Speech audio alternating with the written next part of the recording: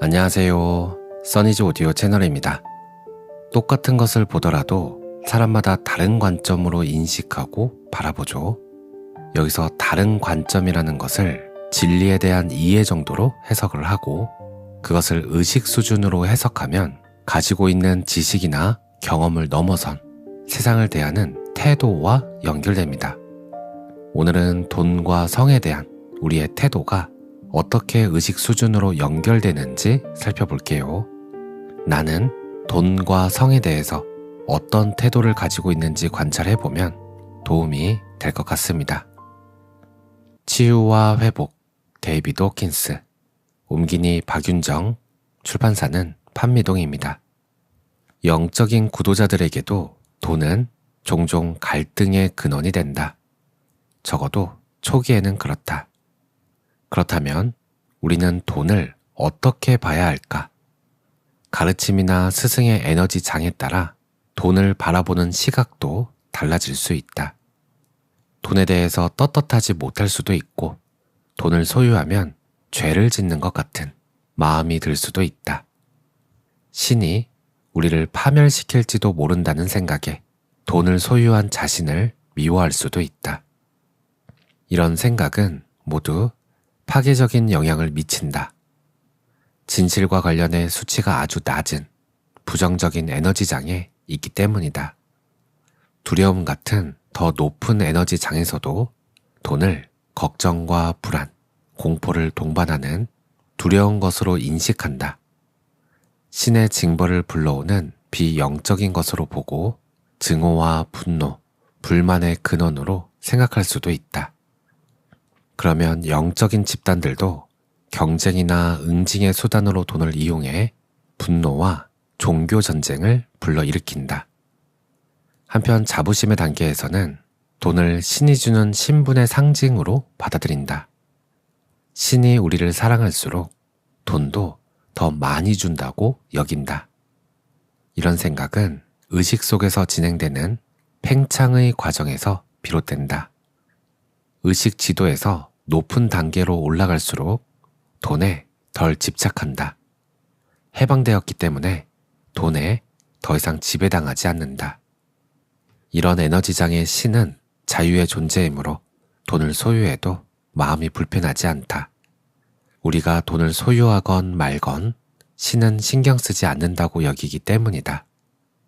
그러나 수용의 단계로 올라가면 이런 시각도 자연스럽게 달라진다. 사랑과 감사의 에너지장으로 올라가면 돈을 신이 준 고마운 선물로 여긴다. 그래서 세상의 고통을 향한 연민과 무조건적인 사랑을 표현하는 도구로 돈을 사용한다. 사랑의 에너지장은 사랑과 생명, 생명의 모든 모습들을 살찌우고 지지해주기 때문이다. 또 두뇌에서 엔도르핀이 분비되면서 드러남의 과정이 시작되기 때문에 타인을 돕는 소중한 수단으로 돈을 받아들인다. 이 단계에서 품은 의도와 마음가짐 덕분에 돈을 축복이자 책임, 의무의 대상으로 타인들을 돕고 지지해주는 수단으로 여기는 것이다. 이로 인해 인류에게 이득이 되는 방향으로 돈을 사용한다. 이기적인 목적으로 사회복지단체의 황동 명판에 자신의 이름을 새기는 짓은 하지 않는다. 그 대신 신의 사랑이 돈의 원천이고 이 사랑의 긍정적인 표현물이 돈임을 인정하면서 돈을 선물처럼 사용한다. 돈을 포함한 모든 창조물은 신의 것이므로 돈도 우리가 일시적으로 보관하는 것뿐이라 여긴다. 의식지도 맨 위의 일체성과 완벽의 장으로 들어가면 모든 것이 신의 일부이며 존재하는 모든 것인 신과 같음을 느낀다. 모든 것을 안에서 신성을 보기 시작하며 삶의 모든 것들에 신성이 작용하고 있음을 깨닫는다. 그러고 나면 돈을 죄스러운 것으로 보는 대신 신이 우리에게 준 도구로 여긴다. 이 도구로 더욱 넓은 장에서 사랑을 표현하고 인류의 많은 집단들에 도움을 준다. 돈을 기쁘게 받아들이며 내면의 상처와 인류의 고통을 치유할 힘을 얻었다는 내적인 즐거움도 느낀다. 신이 이 세상에 미칠 수 있는 영향력의 표현이 돈이라고 여기기 때문이다. 사랑을 표현하고 키우는 것은 고통을 덜어주고 싶은 연민의 마음에서 비롯된다. 이럴 때 돈은 세상의 고통을 덜어주는 일을 돕는 도구가 된다. 재산도 신의 선물로 여기고 인간에 대한 이해와 진리에 대한 인식을 점진적으로 키워서 고통을 덜도록 만드는데 이 선물을 사용한다. 돈과 관련된 문제에 이어 언제나 성 문제가 등장한다. 그렇지 않은가? 성 문제를 살펴보면 이것을 둘러싼 갈등이 에너지장과 어떻게 연관되어 있는지를 알 수 있다. 삶의 중요한 사건이자 인간됨의 한 부분이기도 한 성은 지도의 아랫부분에 있는 것으로 볼 수도 있다. 이 에너지장에서 나온 가르침은 성을 부정적인 것으로 보고 고통이나 죄와 연관 짓는다. 또 신을 강력한 파괴자로 보고 파멸이나 자기 혐오, 자기 연민, 자책감을 경험한다. 또 다른 시각에서는 인간의 성을 끔찍한 조건으로 본다. 절망을 불러오고 에너지를 잃게 만들며 살아있음을 경험할 능력을 상실하게 만드는 조건으로 여긴다. 인간도 동물이라는 사실을 슬프고 유감스럽게 받아들이는 것이다. 지도의 아래쪽에서는 인간을 육체적인 시각으로만 보기 때문이다. 그러나 선을 넘어 진실을 직시하면 인간을 몸뚱이로 보는 시각은 약해지고 인간이 하나의 영혼임을 차츰 깨닫는다. 인간을 몸뚱이로 볼 때는 자신의 몸을 경멸하고 인간이 동물이라는 사실에 슬픔을 느낀다. 두려움에 지배받는 사람들은 성을 걱정과 불안, 공포의 눈으로 바라본다. 성 문제 전체에 두려움을 느껴 성을 부정하거나 무시하는 것이 최선이라 여긴다. 이 단계에서는 신도 징벌을 일삼는 존재로 받아들여 성에 조금이라도 관심을 가지면 신이 벌을 내릴 것이라 생각한다. 의식 지도를 보면 사람들이 분노를 포함한 다양한 방식으로 성을 받아들이고 있음을 알 수 있다.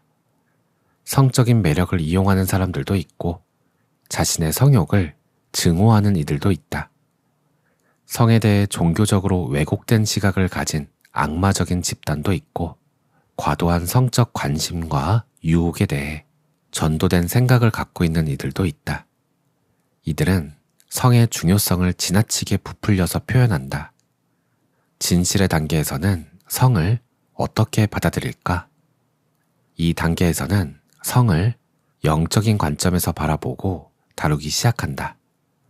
성에서 힘을 얻고 기회를 활용할 줄 안다. 열린 마음을 지닌 자유의 존재로 신을 받아들이기 때문에 성이라는 문제도 마음 편히 자유롭게 탐구한다. 또 성에 대한 어떤 입장에도 집착하지 않는다. 또 이 단계에서는 모든 것이 겸허에서 비롯된다. 이 문제의 답은 사실 몰라요. 하지만 기꺼이 이 문제를 살펴보겠습니다. 라고 말할 줄 안다.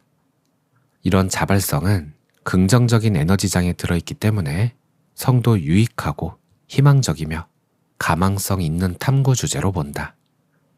여기에 이 주제를 분명하게 정리하겠다는 의도가 더해지면 자신감도 생겨난다. 조화로운 세상의 자비로운 신 덕분에 지옥 불구덩이에 떨어지지 않고도 성이라는 주제를 탐구할 수 있다고 생각한다. 500 이상의 에너지장에서 보면 성은 사랑과 감사에서 생겨나는 것이다. 보살핌과 지지, 치유의 표현을 사랑으로 보고 사랑을 나누는 행위는 치유와 용서의 행위로 생각한다. 논쟁을 벌이고 싸움을 일삼던 사람들도 이제는 포옹 속에서 하나로 녹아들면서 서로를 용서하고 보살펴주고 지지해주고 치유해준다. 서로의 가치와 소중함을 재확인시켜준다. 성이 사랑의 표현이자 선물이 되고 궁극적으로는 무조건적인 사랑과 기쁨의 표현이 된다. 살아있음과 존재를 축하하는 행위가 된다. 그러면 존재의 기쁨을 느끼게 해준 신에게 감사하는 마음이 들면서 변화와 드러남이 시작돼 지복의 단계로 올라간다. 이렇게 고차원적인 의식 단계로 올라간 사람들은 사랑을 일체성의 표현이자 존재의 방식으로 본다. 세상에서 여성적인 에너지나 남성적인 에너지와 결합하는 하나의 존재 방식이 사랑이라고 보는 것이다. 이처럼 우리는 성이든 돈이든 다른 무엇이든 근본적으로 관점에 따라 다르게 받아들인다. 이 가운데 어느 것도 그 자체로 무엇이라고 말할 수 있는 것은 없다. 의식의 단계와 부합되는 이해의 범위를 넘어선 생각은 아무것도 없다. 어떤 가르침이나 사람이 드러내는 태도나 믿음, 의견도 사실은 전부 견해일 뿐이다. 본질 자체는 아니라는 말이다. 태도나 믿음, 의견 모두 이들의 인식 방식에 지나지 않는다. 그리고 이런 인식 방식은 이들이 지닌 의식의 단계, 진실에 대한 이해의 정도를 드러내준다. 낮은 단계의 관점을 지니고 있을수록 인간의 모든 행위를 더욱 부정적으로 바라본다. 오늘 내용은 여기까지입니다. 오늘도 평온한 하루 보내세요. 감사합니다. 안녕하세요. 써니즈 오디오 채널입니다. 똑같은 것을 보더라도 사람마다 다른 관점으로 인식하고 바라보죠. 여기서 다른 관점이라는 것을 진리에 대한 이해 정도로 해석을 하고 그것을 의식 수준으로 해석하면 가지고 있는 지식이나 경험을 넘어선 세상을 대하는 태도와 연결됩니다. 오늘은 돈과 성에 대한 우리의 태도가 어떻게 의식 수준으로 연결되는지 살펴볼게요. 나는 돈과 성에 대해서 어떤 태도를 가지고 있는지 관찰해보면 도움이 될 것 같습니다. 치유와 회복, 데이비드 호킨스, 옴기니 박윤정, 출판사는 판미동입니다. 영적인 구도자들에게도 돈은 종종 갈등의 근원이 된다. 적어도 초기에는 그렇다. 그렇다면 우리는 돈을 어떻게 봐야 할까? 가르침이나 스승의 에너지 장에 따라 돈을 바라보는 시각도 달라질 수 있다. 돈에 대해서 떳떳하지 못할 수도 있고 돈을 소유하면 죄를 짓는 것 같은 마음이 들 수도 있다. 신이 우리를 파멸시킬지도 모른다는 생각에 돈을 소유한 자신을 미워할 수도 있다. 이런 생각은 모두 파괴적인 영향을 미친다. 진실과 관련해 수치가 아주 낮은 부정적인 에너지장에 있기 때문이다. 두려움 같은 더 높은 에너지장에서도 돈을 걱정과 불안, 공포를 동반하는 두려운 것으로 인식한다. 신의 징벌을 불러오는 비영적인 것으로 보고 증오와 분노, 불만의 근원으로 생각할 수도 있다. 그러면 영적인 집단들도 경쟁이나 응징의 수단으로 돈을 이용해 분노와 종교 전쟁을 불러일으킨다. 한편 자부심의 단계에서는 돈을 신이 주는 신분의 상징으로 받아들인다. 신이 우리를 사랑할수록 돈도 더 많이 준다고 여긴다. 이런 생각은 의식 속에서 진행되는 팽창의 과정에서 비롯된다.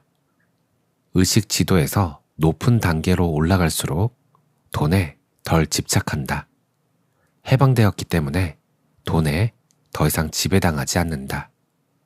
이런 에너지장의 신은 자유의 존재이므로 돈을 소유해도 마음이 불편하지 않다. 우리가 돈을 소유하건 말건 신은 신경 쓰지 않는다고 여기기 때문이다. 그러나 수용의 단계로 올라가면 이런 시각도 자연스럽게 달라진다. 사랑과 감사의 에너지장으로 올라가면 돈을 신이 준 고마운 선물로 여긴다.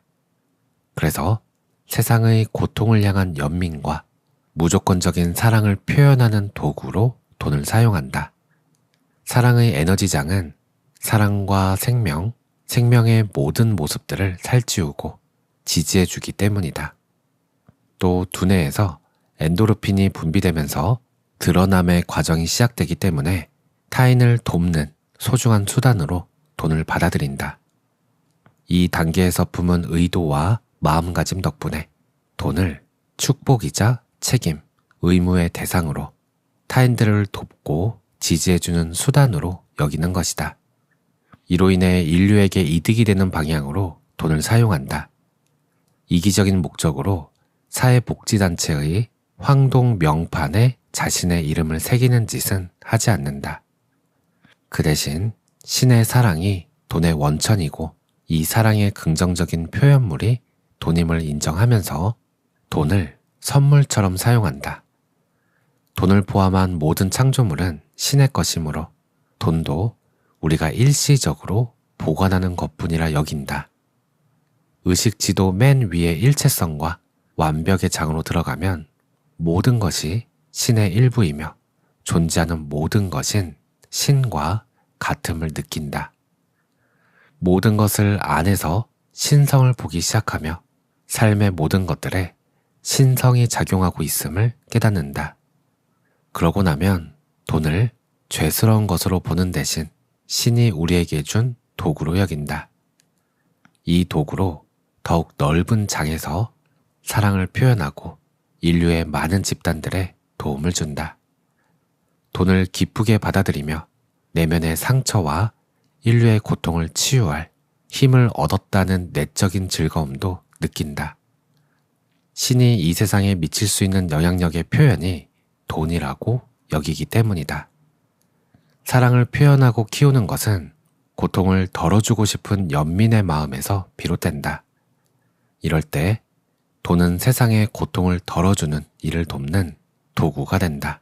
재산도 신의 선물로 여기고 인간에 대한 이해와 진리에 대한 인식을 점진적으로 키워서 고통을 덜도록 만드는데 이 선물을 사용한다. 돈과 관련된 문제에 이어 언제나 성 문제가 등장한다. 그렇지 않은가? 성 문제를 살펴보면 이것을 둘러싼 갈등이 에너지장과 어떻게 연관되어 있는지를 알 수 있다. 삶의 중요한 사건이자 인간됨의 한 부분이기도 한 성은 지도의 아랫부분에 있는 것으로 볼 수도 있다. 이 에너지장에서 나온 가르침은 성을 부정적인 것으로 보고 고통이나 죄와 연관짓는다. 또 신을 강력한 파괴자로 보고 파멸이나 자기 혐오, 자기 연민, 자책감을 경험한다. 또 다른 시각에서는 인간의 성을 끔찍한 조건으로 본다. 절망을 불러오고 에너지를 잃게 만들며 살아있음을 경험할 능력을 상실하게 만드는 조건으로 여긴다. 인간도 동물이라는 사실을 슬프고 유감스럽게 받아들이는 것이다. 지도의 아래쪽에서는 인간을 육체적인 시각으로만 보기 때문이다. 그러나 선을 넘어 진실을 직시하면 인간을 몸뚱이로 보는 시각은 약해지고 인간이 하나의 영혼임을 차츰 깨닫는다. 인간을 몸뚱이로 볼 때는 자신의 몸을 경멸하고 인간이 동물이라는 사실에 슬픔을 느낀다. 두려움에 지배받는 사람들은 성을 걱정과 불안, 공포의 눈으로 바라본다.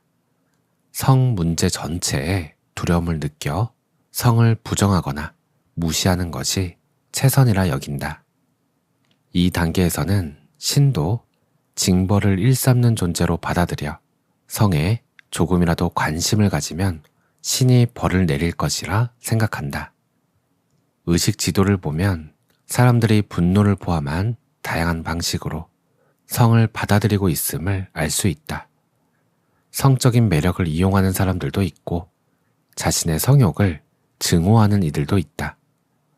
성에 대해 종교적으로 왜곡된 시각을 가진 악마적인 집단도 있고 과도한 성적 관심과 유혹에 대해 전도된 생각을 갖고 있는 이들도 있다. 이들은 성의 중요성을 지나치게 부풀려서 표현한다. 진실의 단계에서는 성을 어떻게 받아들일까?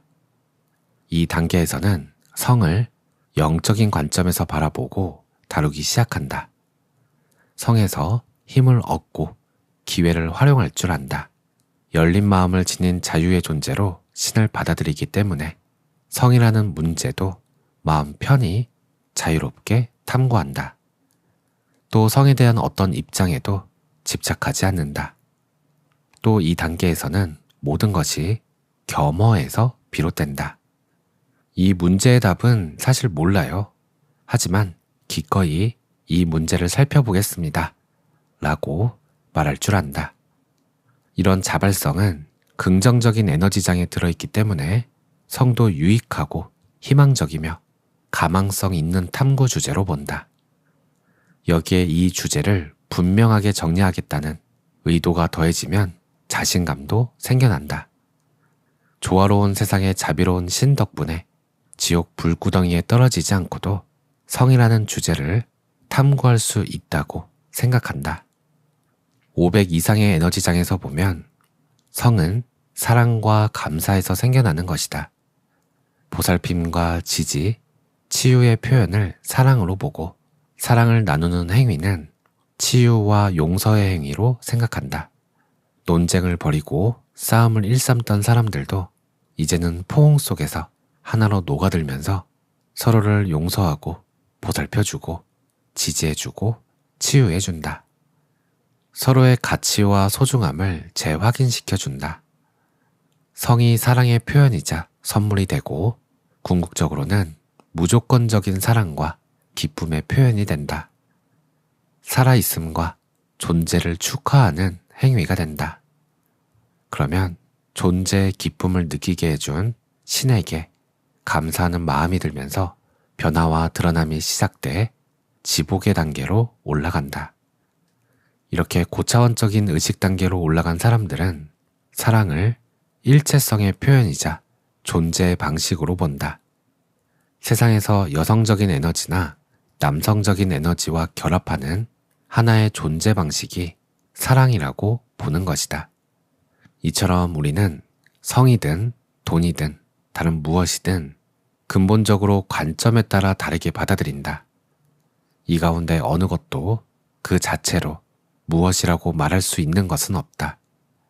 의식의 단계와 부합되는 이해의 범위를 넘어선 생각은 아무것도 없다. 어떤 가르침이나 사람이 드러내는 태도나 믿음, 의견도 사실은 전부 견해일 뿐이다.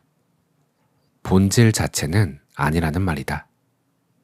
태도나 믿음, 의견 모두 이들의 인식 방식에 지나지 않는다. 그리고 이런 인식 방식은 이들이 지닌 의식의 단계, 진실에 대한 이해의 정도를 드러내준다. 낮은 단계의 관점을 지니고 있을수록 인간의 모든 행위를 더욱 부정적으로 바라본다. 오늘 내용은 여기까지입니다. 오늘도 평온한 하루 보내세요. 감사합니다.